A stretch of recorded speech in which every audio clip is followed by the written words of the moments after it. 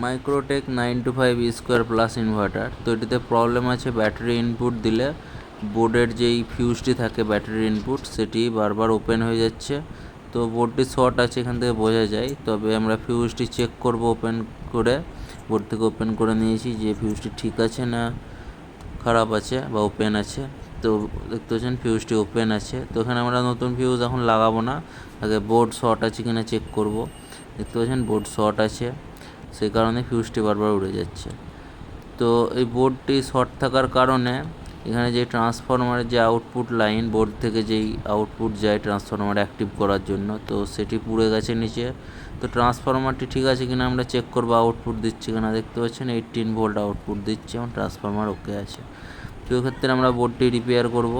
দেখতে পাচ্ছেন কম্পোনেন্টগুলো আমরা রিমুভ করে দিয়েছি সব। তো এটিতে দুটি কম্পোনেন্ট ঠিক ছিল, 6টি থাকে, তো সে দুটিও আমরা রিমুভ করে সবগুলোই 6টাই নিউ লাগাবো, কারণ পুরনো দুটো হয়তো আবার পরে প্রবলেম হতে পারে। তো আমরা 6টা কম্পোনেন্ট আর ওইদিকে একটি 7টা আছে, তো আমরা লাগিয়ে দিয়েছি এবং ওয়্যারিং কমপ্লিট করে দিয়েছি। এবার ইনপুট আউটপুট করছি কিনা চেক করব।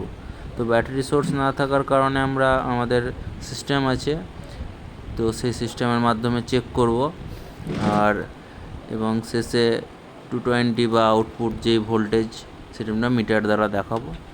তো আমরা ইনপুট দিয়ে দিলাম, তোমরা দেখতে পাচ্ছেন অন করে দিয়েছি। তো প্রপারলি অন হচ্ছে, চার্জিং শো করছে।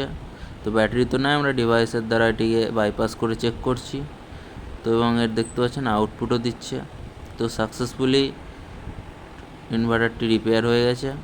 দেখতে পাচ্ছেন মিটারে এসি ভোল্ট আউটপুট দিচ্ছে এবং মেন্স অন শো করছে।